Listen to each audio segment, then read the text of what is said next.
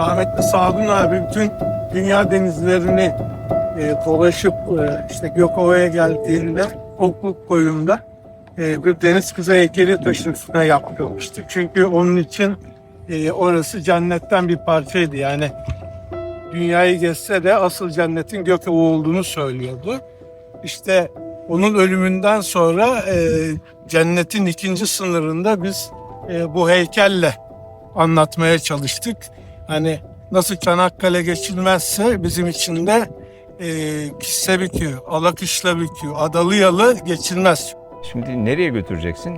Kissebükü'ne götürüyorsun. Şimdi manyak güzel bir koy, doğa var orada. Çünkü havaalanından gelmiş, şimdi Kissebükü'nü bir görüyor, bir cennete geldim diyor, denize giriyor, çok mutlu oluyor şimdi. Bir anda biz kazanıyoruz. Bizim için can kurtaran bir koy. Bodrum'a çok yakın, böyle geç başlayan turlar için ideal bir nokta. Bu alanın bakir şekilde kalabilmesi için çok büyük bir mücadele verildi. 2005'ten beri buralar tahsise açıldı. Hala tahsiste. Bu mücadelesini veriyoruz 2005'ten beri. Çünkü çok özel bir alan. Hristiyanlık döneminden kalma, hem leleklerden kalma birçok tarihi eserin bulduğumuz şey. Niye çok önemli? Mavi yolculuk müşterilerine o hayali satıyoruz, onu pazarlıyoruz. Yani binlerce yıl önceki tarih, doğa, pırıl pırıl deniz hepsi bir arada. Bu özelliklerimizi kaybedersek mavi yolculuğu kaybederiz. Tek hedefimiz buraların olduğu gibi korunması. Yeşiliyle, doğasıyla, temiz deniziyle. Umarım öyle kalır. En güzel bir yerimizi bina yaptıktan sonra biz neyi koruyacağız? Nasıl koruyacağız? Nasıl mavi yolculuklar yapacağız? En son kale orası. Orası da giderse zaten mavi yolculuktan bahsetmek çok zor. Tabii ki yatçılık devam edecektir. Ama beton yıllarının içinde yapılaşmış koylarda ne kadar zevk alabilirlerse bu. Ama yazık değil mi? Yani elimizde böyle tarihten beri gelmiş, orada kalıntıların olduğu bir yer. Leleklerden, Karyalılardan ya böyle bir miras varken bilmiyorum. Yani biz çok üzülüyoruz. Bodrum Yarımadası 50'lerde 60'larda bakir görünen, her tarafı korunan, o ilk mavi turcuların, Bedri Rahmilerin, Mina Urganların ve işte yazarlarımızın, çizerlerimizin, sanatçıların geldiği o bohem yerken ve süngercilerin yarımadası iken bir anda turizmin de 80'lerden itibaren gelişmesiyle beraber yavaş yavaş evlerin, sitelerin, kooperatiflerin, tatil köylerinin etrafta kurulmasıyla beraber popülasyonun arttığı bir yer haline geldi ve bu popülasyon artarken kurulan tesislerle beraber, tesisleşmeyle beraber yavaş yavaş da kıyılarda yozlaşma, gelilerin yapılması, mendereklerin yapılması, barınakların yapılması, balıkçı barınakları, plajlara platformların koyulmasıyla, butik oteller yapılıp kıyıda düzenleme yapılmasıyla kıyısal alanları yavaş yavaş yok olmaya başladı Bodrum'un. Ve burada tabii kıyısal alanlar yok olurken Bodrum'un kıyısal alanlarda yaşayan deniz canlısı çeşitliliği de yavaş yavaş bozulmaya başladı. Bu bozulmayla beraber deniz çayırlarının, İşte plaja giren insanın ayağına dolanıyor veya içerisinden ne çıkacağını bilmiyorum korkutuyor veya işte gördüğümüz Maldivler'deki imajlarda gördüğümüz bembeyaz o mercan kumlarıyla kıyı yaratma hevesiyle beraber insanlar önemini kavramadığı için yavaş yavaş bu deniz çayırlarını sökmeye başladılar. Sökmeye başlayınca da ne oldu? Deniz çayırlarının verdiği ekosistem servisleri sağlanamamaya başladı. Çoğu insan ay ben burada denize giremem der, işte deniz çayırlarından ürker falan. Yani hani baktığı zaman korkuyorum bile der. Ya insan ottan korkar mı normalde, ama işte su altı o bilinci düzeltmek zor. Ama bilmediği bir şey var. Bütün balıklar yumurtalarını o deniz çayırlarının içerisine bırakır. Deniz canlılarının çoğu orada ürer. Orada var olur. Suyun altına daldığınız zaman o gördüğünüz muhteşem görüntü, o rengarenk ahenk, o harmoni deniz çayırları sayesinde vardır. Siz bunları korumadığınız zaman bir zaman sonra çölleşme başlar. Çölleşme başladığı zaman da artık denize girmekten zevk almıyorum, İşte Yunanistan'a gidiyoruz biz arkadaşlarla falan demeye başlarsınız. Bunun olmaması için topyekun hep beraber korumamız lazım. Yerel yönetimin bunda katkısı olmalı. Merkezi yönetimin temsilcisi, mülki amirlerin bu konuda katkısı olmalı. Sivil toplum örgütlerinin katkısı olmalı. İşte biz kent konseyi olarak mesela elimizden gelen maksimum desteği bu konuda vermeye gayret ediyoruz. Bütün sivil toplum örgütlerinin çatı örgütü olarak. Yerel yönetimlerle anlaşmalar yapıp buna destek vermeleri için çaba sarf ediyoruz. Duyarlı olanlar oluyor, olmayanlar oluyor ama biz bu mücadeleyi bırakmayız. Hiçbir zaman bırakmadık, yine bırakmayacağız. Je suis membre de la direction collégiale de l'association Oulevante. Oulevante est une association de défense de l'environnement la plus importante en Corse. Et il faut savoir qu'en Corse, l'économie du tourisme est envahissante. C'est très difficile de trouver un équilibre entre les activités économiques liées à la mer et la préservation de l'environnement. On a beaucoup de sites protégés, 10 protégés, des sites Natura 2000. Il y en a 21 en mer, par exemple. Cela dit, on a du mal à faire respecter la loi, c'est ce qu'on appelle la loi littorale. Et donc, il y a beaucoup d'infractions. Ces infractions, nous, on les défère pas toutes au tribunal parce qu'on ne peut pas le faire. Il faut savoir d'abord que les réserves naturelles de la Corse et tous les espaces protégés de la Corse, les espaces naturels, sont gérés maintenant par la collectivité de Corse, par la région, par délégation donnée par l'État. À partir de là, la collectivité de Corse doit faire appliquer les lois. Or, ce n'est pas tout le temps le cas. On a un objectif en France qui est 10% des aires marines protégées intégrales ou fortes, qui préservent l'environnement. Et on continue à construire au bord des plages. On les attaque en justice et on gagne. Ce qui nous vaut, nous en Corse, des menaces, parce qu'on trouve au milieu de ces grandes sociétés des gens qui sont pas très recommandables, pour pas dire plus. Il y a beaucoup de lois, il y a des gens qui se battent, il y a des parcs marins, il y a des tas de parcs comme ça qui fonctionnent parce que l'État les finance, mais à côté de ça, ils ont tous du mal à faire respecter les lois qui sont les lois élémentaires qui sont faites pour tous. Il y a encore beaucoup de travail à faire. Nous, on est des militants. On se bat pendant 30 ans, on reçoit des menaces tout le temps. Quand on est militant, citoyen, on a fait des choix. Il faut les assumer jusqu'au bout. Au changement climatique, il y a un danger énorme qui n'est pas perçu. Il y a quand même une chose, pour finir, qui nous paraît importante, c'est que la nature reprend toujours ses droits. Les Corses, le peuple corse a développé un lien à sa terre très fort, lié aux péripéties et à l'attachement des siècles passés, à la fois d'un point de vue de la survivance, au niveau agricole, mais aussi rituel, patrimonial, culturel. Et c'est toujours défendu vis-à-vis de l'extérieur, donc une île soumise à plusieurs invasions dans les siècles, qui a développé un atavisme à la terre et aux lieux, et aux personnes qui ont vécu sur ces lieux, qui fait que ces lieux et les hommes ont été le creuset de ce qu'on appelle le peuple corse, communauté de culture et de destin.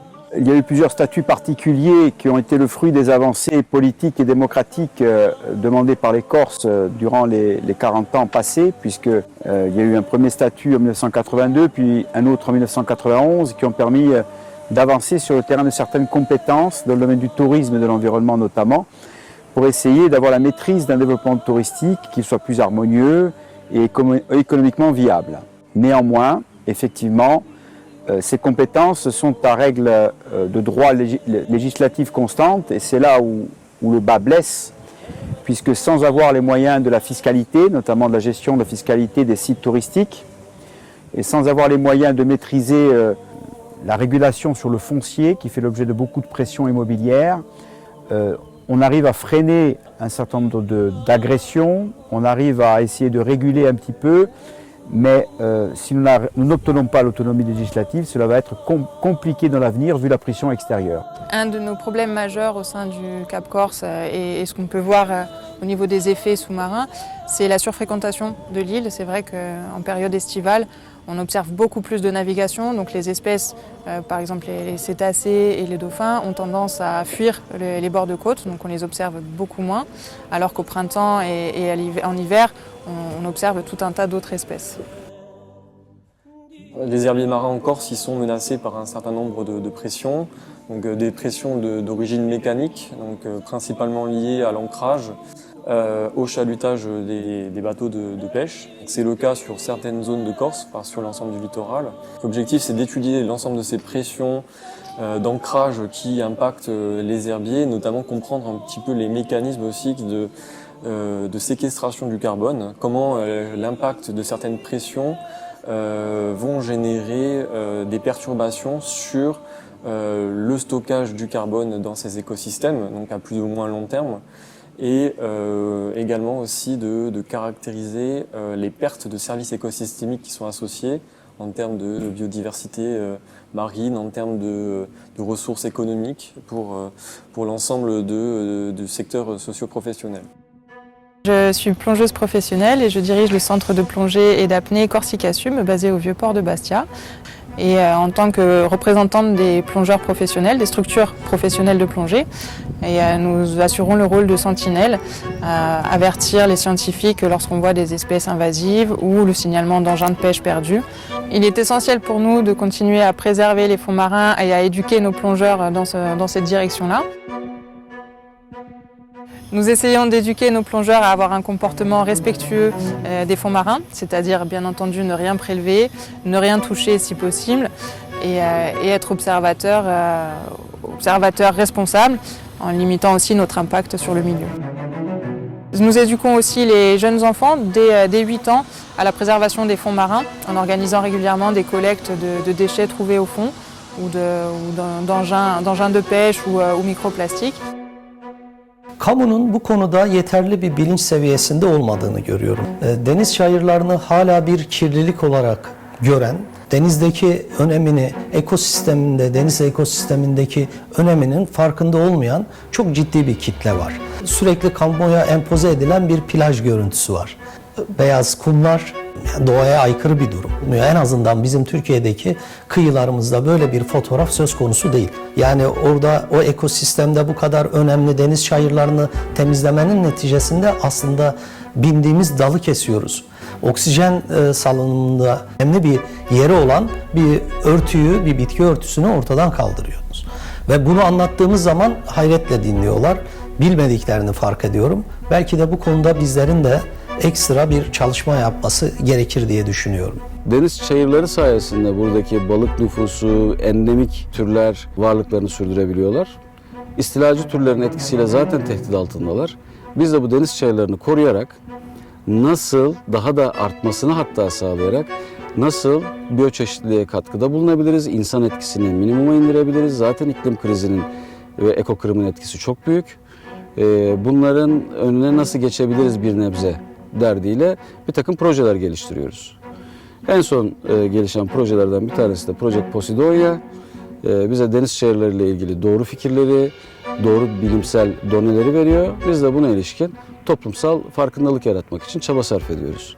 Biz geçen sene bir proje başlattık. Deniz çayırları ile alakalı bir proje başlattık. Bu projede Bodrum Yarımadası içerisindeki bütün kıyıların drone'la havadan görüntülemesini yapıyoruz ki deniz çayırları alanlarını belirlemeye çalışıyoruz. Hangi bölgelerde deniz çayırları var, hangi bölgeler hassas, hangi bölgeler ciddi şekilde yapılaşmadan etkilenmiş veya sökülmüş, Bodrum Yarımadası etrafında ne kadar bir deniz çayırı rezervi var bunu anlamaya çalışıyoruz. Bir taraftan da projenin ikinci ayağı olarak en önemli bölümlerinden biri olarak sosyal medya üzerinde diğer iletişim kanallarında projeye aktararak, deniz çayırlarının önemini aktararak insanların fikirlerini değiştirmeye çalışıyoruz. Deniz çayırlarının önemini anlatmaya çalışıyoruz. Deniz çayırlarının varlığının bizim için, kıyılar için, ekosistem için, deniz canlıları için ne anlama geldiğini ifade etmeye çalışıyoruz. Bir taraftan da bu canlılar olmazsa başımıza neler geleceğini anlatabilmeye çalışıyoruz. Ben aslında denizden biraz uzak bir insanım. Denizden uzak bir insanım ama denizden uzakta kalamayan bir insanım. Ben denize girmeyi sevmem ama denizi seyretmeyi çok severim. Deniz bana nefes aldıran bir yerdir. Project Posidonia konusunda Mert bana ilk bahsettiğinde bu projeden çok heyecanlandım. Aynı denize bakıp nefes aldığım gibi ben Project Posidonia'da üzerinde çalışırken de nefes alabileceğimi hissettim. İlk başta deniz çayırlarını anlattık. Öncelikle bir 11 maddeydi galiba. Deniz çayırları nedir? Bunlarla ilgili her türlü bilgiyi içeren 11 haftalık bir çalışma yaptık. Deniz çayırlarının korunması için neler yapılması gerektiğini anlattık. Çayırların görevlerini, ekosistemdeki görevlerini aktarıyoruz. İşte oksijen sağlaması. Çünkü mangrove ormanları ile beraber en fazla oksijeni sağlayan deniz bitkileridir. Ve bir taraftan da karbon soğurur. Hani şimdi iklim kriziyle alakalı, değişikliğiyle alakalı bir takım konuları konuşuyoruz. Blue karbon ekonomi diyoruz. Blue ekonomide en önemli canlılardan bir tanesidir deniz çayırları. Tropik resiflerde mercan resifleri varsa bizde de deniz çayırları var.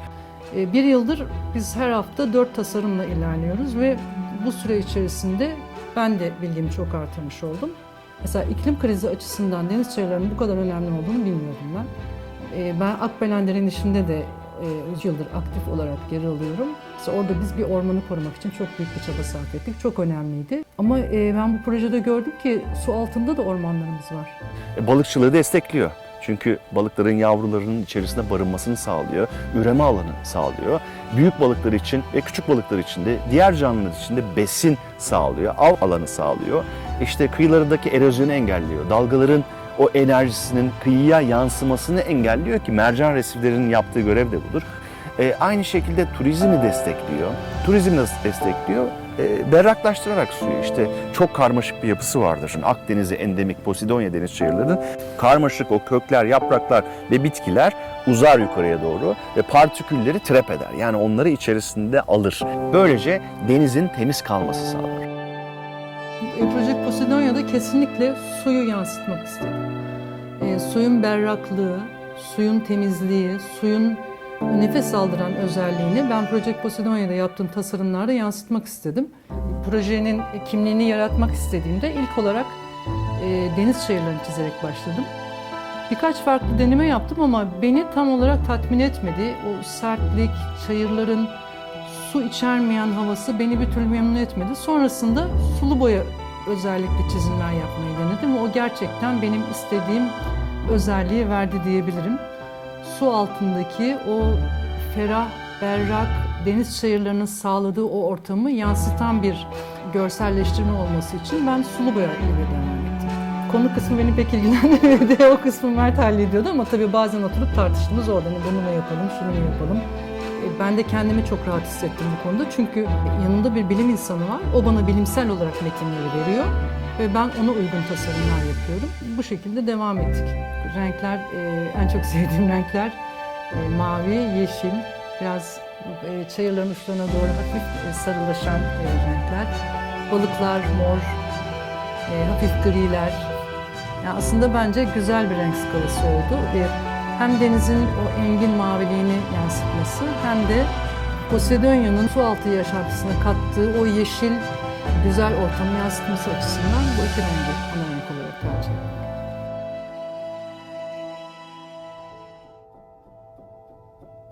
Haziran ayı içerisinde Korsika Adası'na gittim. Park görevlileriyle, STK'lardan insanlarla, bilim insanlarıyla görüştüm.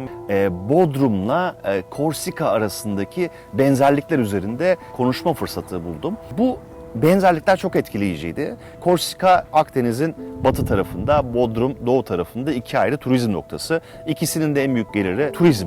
Ama turizm yıllar içerisinde öyle bir baskı yaratmış ki Korsika Adası'nda da işte İtalya'dan, Fransa'dan, Almanya'dan turistler gelmişler. İnsanlar ev almak istemişler. Tekneler üşüşmüş, süper yatlar gelmiş. Bodrum'da da aynı durum söz konusu. Ve bir bakıyorsunuz o tarafta 300 binken, 400 binken kış nüfusu. Burada da aynı şekilde öyle. Yaz nüfusu 1,4 milyon. Aynı şekilde Bodrum'da da böyle. Korsika çok büyük bir ada. Belki Bodrum'un 10 katı. Ama baktığımız zaman oluşan baskı aynı. Tabii onlar, bu baskı biraz daha erken dönemde oluştuğu için Avrupa Birliği'nin avantajlarıyla beraber korumaya başlamışlar adalarını.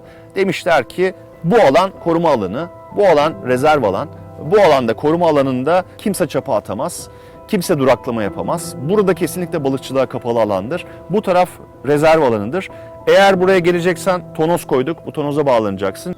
12 metrenin altındaysan, 20 metrenin altındaysan bu alanda kalabilirsin. 24 metrenin üstündeysen bu alanın dışına çıkman, taşman gerekir. Kanunlar var. Balıkçılığa kapalı alanlar. Park görevlileri 24 saat bütün yıl boyunca bu parkı denetliyor. Eğer denetlemelerde yanlış yapan, hatalı davranışlar yapan birilerini, bir yelkenci, bir tekneciyi görürlerse o noktada hemen ona müdahale ediyorlar. Hemen ceza kesiliyor ve cezalar çok büyük miktarlarda. 300 bin, 400 bin, 500 bin euro ve artarak ilerliyor. Ve böylece de inanılmaz bir koruma sağlanıyor. Depuis quelque temps, on a une nouvelle réglementation sur l'ensemble de la Corse qui concerne les bateaux de plus de 24 mètres qui ont interdiction de mouiller trop près de la côte. Alors, ce sont des points GPS qui ont été établis, prenant pour préoccupation principale la présence d'herbiers de Posidonie. Donc les bateaux de plus de 24 mètres sont obligés de jeter l'ancre à une certaine profondeur, là où on est sûr qu'il n'y a plus de Posidonie. Dans la réserve naturelle de Scorne, à l'exception de la partie intégrale qui représente 70 hectares sur les 630 de la partie marine. Les bateaux ont le droit de jeter l'ancre du lever au coucher du soleil, à la condition que l'ancre ne soit pas sur la Posidonie. Donc on surveille chaque bateau, qu'il ait bien fait, que les personnes, les plaisanciers aient bien fait attention de ne jeter l'ancre que sur les taches de sable. Et dans la mesure du possible, si on voit une personne s'approcher et projeter de jeter l'ancre, on lui demande de prendre les mesures pour éviter de jeter l'ancre sur la Posidonie. Bonjour. Vous êtes le propriétaire du bateau? Vous savez que vous êtes dans une réserve naturelle.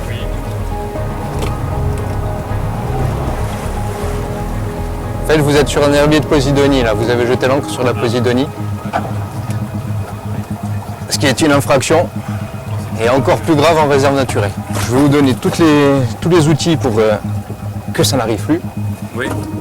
Il y a une application qui s'appelle Donia. Tout ce que vous avez, je vais vous montrer en fait. Tout ce qui est en vert, c'est la Posidonie. Okay. Donc là, on est dessus. Tout ce qui est en jaune, c'est du sable. Et tout ce qui est en rouge ou rose, c'est de la roche. Donc l'idée, c'est d'éviter le vert. En sachant que c'est une infraction. Ouais, pensez bien à la chaîne, quand vous la... Mais après voilà, il y a la chaîne, et du coup la chaîne aussi doit aller sur le sable.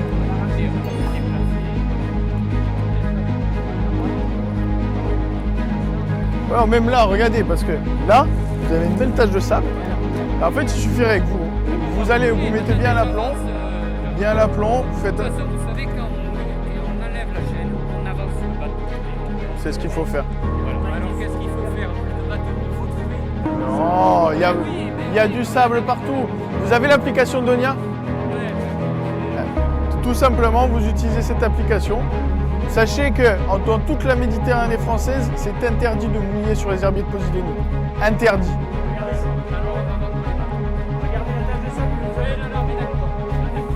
Ah oui.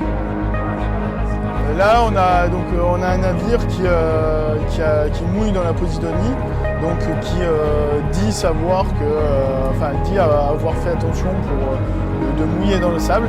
Mais évidemment, comme dans la plupart des cas, l'encre ne semble pas dans la Posidonie, mais la chaîne rague dans l'herbier de Posidonie. Donc voilà, souvent c'est des cas, ça agace un peu les personnes qu'on fait bouger, mais c'est le travail quotidien des agents du parc. Les agents du parc le font tous les jours, constamment. Donc voilà, c'est quelque chose qui peut être rapidement usant pour les gardes. Et heureusement, la réglementation est de notre côté, donc il doit bouger son bateau maintenant. Mais ce n'est pas des algues, c'est pas une algue. Voilà, vous savez que c'est une infraction qu'on peut reconnaître. Destruction d'espèces protégées, vous savez qu'on peut relever l'infraction de la chaîne qui était dans la Posidonie. Voilà, c'est une infraction, c'est une procédure qui va en correctionnel. Bon, voilà, non, mais au moins vous le savez. Donc, vous savez, pour 10 minutes de mouillage, vous détruisez des milliers d'années de construction d'herbiers. Hein. Ah, juste pour faire un pique-nique. Hein. Non mais pour faire un pique-nique, est-ce que vous iriez à terre brûler 5 hectares de maquis pour faire un pique-nique? Non. Ben non. Ben c'est la même chose. Vous savez, ça ne nous amuse pas non plus. Hein. Bu gördüğünüz, bakın, masmavi deniz görüyorsunuz. Şuradaki karaltıların hepsi deniz şehirleridir. Bir gün bu karaltıları görmediğiniz gün, işte o gün korkmaya başlayın. Bu noktadan hareketle oteller, tesisler, rezidanslar, işte Bodrum genelinde veya kıyılarımızda hangi tesis kuruluyorsa, beach club'lar, büyük resort oteller istiyoruz ki önemli kavrasınlar. Aslında kendi varlıklarının da o işte turizmde sattıkları o güzel kıyıların, berrak denizlerin de ancak deniz çayırlarıyla var olabileceğini aktarmaya çalışıyoruz. Yani bir tesis kuruyorsanız bu sizin tesisinizin sağlığı deniz çayırlarından geçiyor. Bunu anlatmaya çalışıyoruz. Bir taraftan da istiyoruz ki belediyeler de farkına varsın. İşte yerel üniteler de farkına varsın ki atık sistemleri yenilensin. Atıklarımızı atmayalım, düzgün arıtmadan denize boşaltmayalım. Kesinlikle suçtur ve müdahale edilir. Ağır da cezaları vardır. Mevzuat o konuda çok açık. Kıyı kenarlarının kullanımı ve müdahaleleri çok açık, çok nettir. Hani yoruma açık bir kanun da değildir bu. Fakat rantı çok yüksek bir bölgede yaşıyoruz. Çok özür dilerim. Bütün hepiniz belki de böyle düşünüyor olabilirsiniz ama ben pet şişe kullanmıyorum diyerek bu işe katkıda bulunamazsınız. Çünkü dünyada artık şu anda plastik yığınıp gerçekten baş edilecek oranın çok kat be kat üzerine çıktı. Bundan sonrası korumadır artık. Eldekini korumadır ya da kendi doğal döngüsü üzerinde iyileşene sahip çıkmak, saygı duymaktır.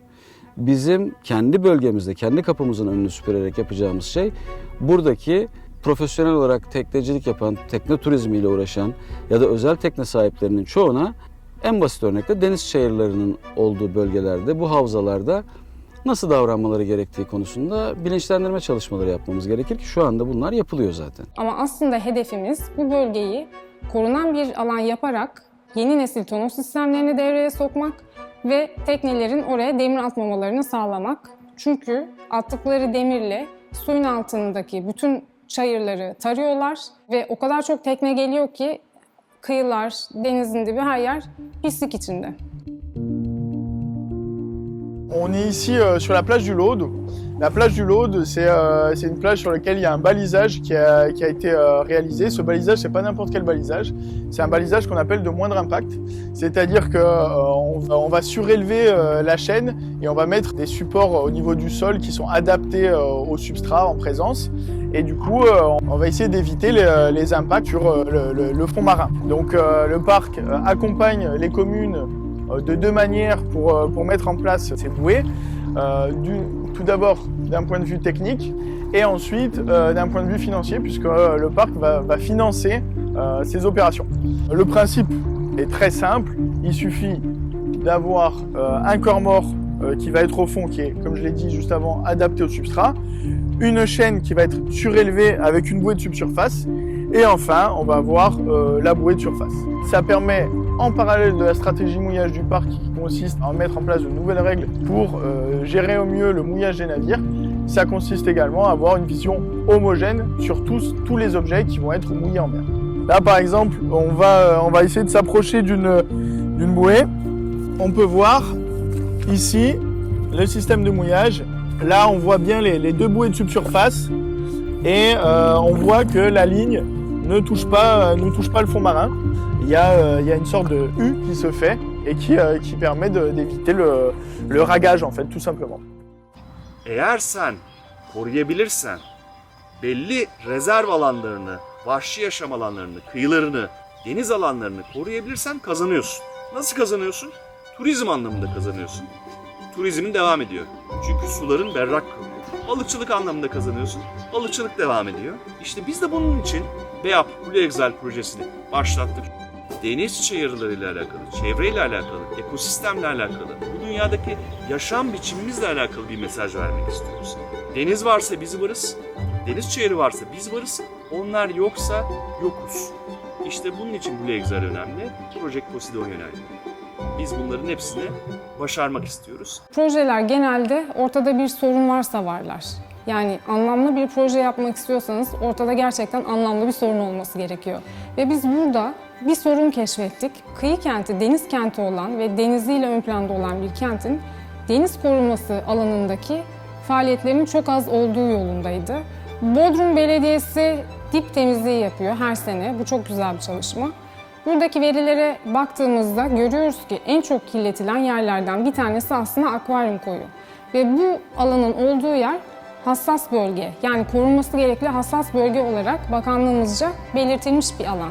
Bitez mevkiinde, Görecek Adası civarında, aynı zamanda akvaryum koyunun olduğu yerler. İşte bu noktada Doktor Mert Gökalp'le yollarımız ve onun projesiyle yollarımız kesişti ve bu Sualtı Parkı projesini yapmaya karar verdik. Her şeyden önce proje alanı diye seçtiğimiz alan çok fazla teknenin gelip demirlediği bir alan. Bu projeyle beraber demir atmayıp tonoz bağlama meselesine dönebilir konu ki bu bir model olabilir. Bu projenin o noktaya gelmesi, orada bir farkındalık yaratması.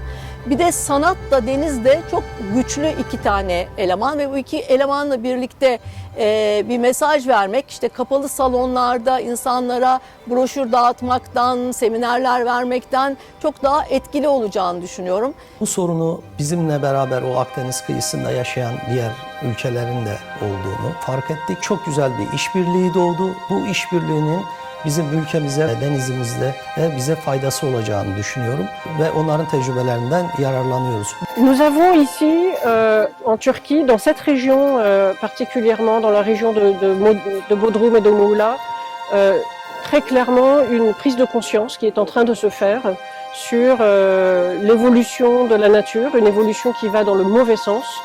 Et nous avons une coopération qui se met en place avec la France puisque au fond, il est maintenant très clair que ce qui se passe en Turquie, les évolutions qui se passent, l'arrivée d'espèces invasives, le réchauffement de la mer, tout ce changement qui se fait dans l'environnement et la détérioration de l'environnement aura des conséquences à l'ouest de la Méditerranée dans quelques années. Nous le savons, c'est acté. Et donc c'est pour ça que nous mettons beaucoup d'importance, nous accordons beaucoup d'importance au fait de travailler ensemble, de coopérer parce que nous avons une mer Méditerranée, nous avons une terre, elle est unique, et nous avons une mer Méditerranée, elle est unique. Et donc nous avons très clairement un intérêt commun entre la France et la Turquie, entre cette région côtière et les régions côtières françaises concernées par la Méditerranée, à travailler ensemble, et nous sommes déterminés à le faire, et nous allons continuer. Devam edeceğiz, beraber çalışacağız.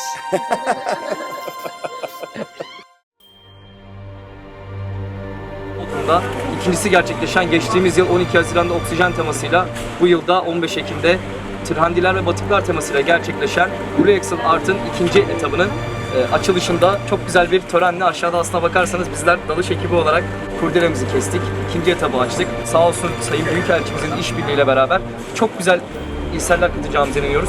Demin hocam çok güzel bahsetti. Posidonia çayırları bu bölgenin korunmasında, denizlerin oksijeninin sürdürülebilir olmasında son derece önemli. Çünkü bu Posidonia çayırlarıyla burada denizimiz temiz kalıyor. O temiz denizde bütün deniz canlıları, Akdeniz foklarımız, karettalarımız, balıklarımız burada yaşamını sürdürüyor. Ve aslında buraya bıraktığımız eserler, o yüzden bugün çok önemli bir amaçla beraber buradaydık. Sanatı gerek yer üstünde gerek su altında Bodrum'da sürdürülebilir kılmak adına çok güzel bir etkinliği gerçekleştirdik. Emeklerinize sağlık diyorum ve inşallah bu Blue Excel Art'ın 3. etabında, 4. etabında Bodrum'u su altı parkı haline getirinceye kadar durmadan çalışmaya devam edeceğiz.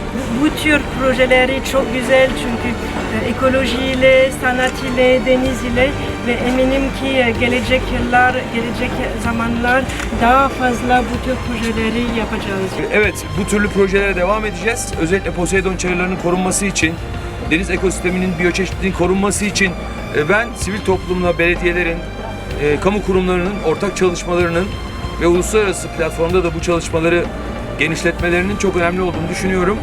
Ve belediye olarak tekrar söylüyorum, büyükşehir olarak üzerimize düşeni yapacağız. Bu ekip bizden ne talep ediyorsa, ne istiyorsa sonuna kadar onlarla birlikteyiz, yanlarındayız. Maddi manevi her zaman destek vermeye hazırız. Ama bu ortaklığı geliştirmek durumundayız. Seneye Nice'de Okyanus Konferansı var. Ve bu Okyanus Konferansı'nda Muğla olarak, Bodrum olarak bulunmak durumundayız. Akdeniz bizim ortak kültürümüzdür, ortak mirasımızdır. Akdeniz'i korumak zorundayız. C'était vraiment magnifique d'être parmi ces statues. J'en avais entendu parler, j'en avais vu des photos quand elles étaient encore à terre.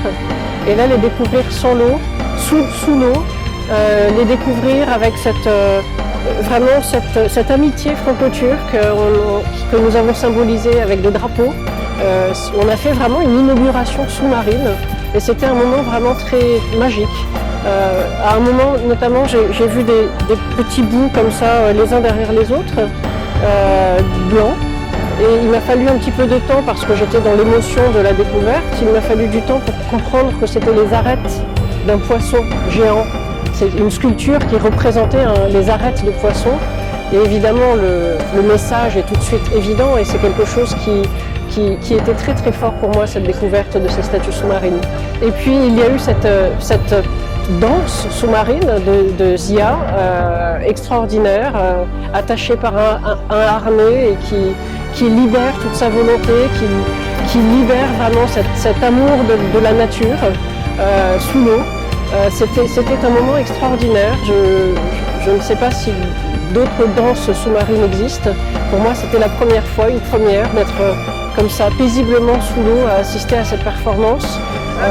C'était d'une très très grande beauté.